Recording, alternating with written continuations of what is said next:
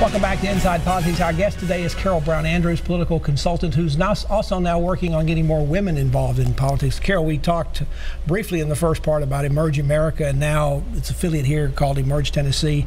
It has 24 sort of trainees in its first class coming out. They're going to go through, I think, up to, what, 70 hours of training to get ready. That's right. That sounds pretty ambitious, but that's really just dipping your foot in the water to get started. That's right. But 70 hours of training, I mean, we bring in some of the best trainers from political consultants to other women who have run, who are already serving in office, you know, teaching them how to raise money, which is critical, how to knock doors and talk to people who may or may not be so nice to them, you know, all of the nuts and bolts of running for office. And 70 hours, it's very intensive training, long days.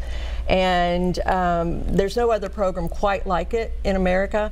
There are some others, then they're bipartisan. She Should Run, Vote, Run, Lead. There are others. There's another one that's called Run for Something that is focusing on millennials of all genders.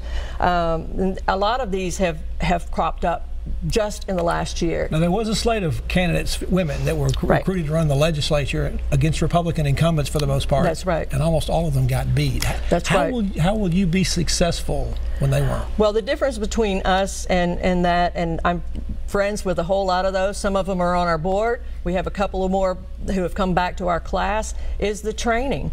They were wonderful candidates. I think also the presidential waters muddied that up somewhat, and but they just didn't have the resources and the training that they needed. And Emerge America across the board has a 70% success rate.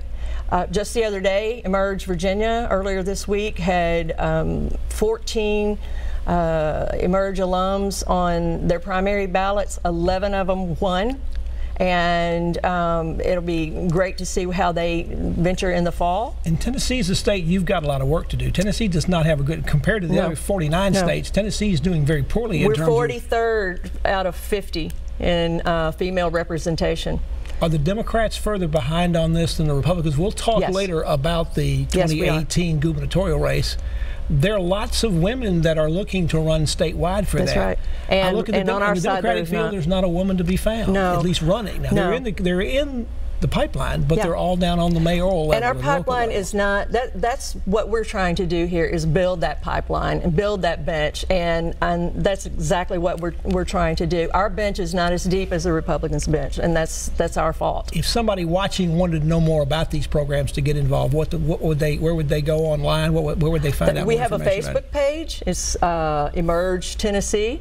We also have, you can go to emergeamerica.org, and you go on there and it has a list of the states, and you can click on Emerge Tennessee, and we have contact information there. We're about to graduate our first class July 8th, and there'll be more information about that. People are invited to come and learn more about us. We already have a waiting list for our next recruiting class, and the application period will open in early, probably September, and we're very excited about that. You mentioned millennials earlier. They're a different group, different generation of folks. And how are they different in terms of going out and getting them involved? I know this group is a Democratic group, but just in general, how do you approach that generation differently to get them involved and to get them to be candidates? Right.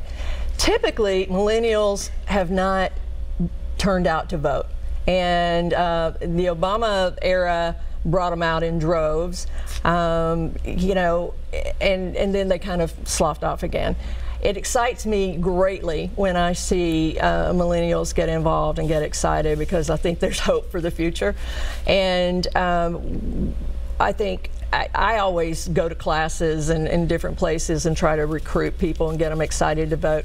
They are different. You have to talk to them about issues they're really excited about. Education, student debt. You know, you have to talk to them about things that they think relate to them, because, you know, they think Social Security is not going to be there for them anyway. and you know, a lot of the things that older Americans really worry about. They think that's not going to be there for them anyway, so you have to talk to them in a different way. Talk about one other group you're involved in. It's a national group of political consultants, and you're bringing them to this city next year for the national convention. I am, with a lot of help. But what size group is this, and what do political consultants do when they go together on convention? Oh, well, there's some rowdiness involved, I'll tell you that. But I have something here. I have a little prop here.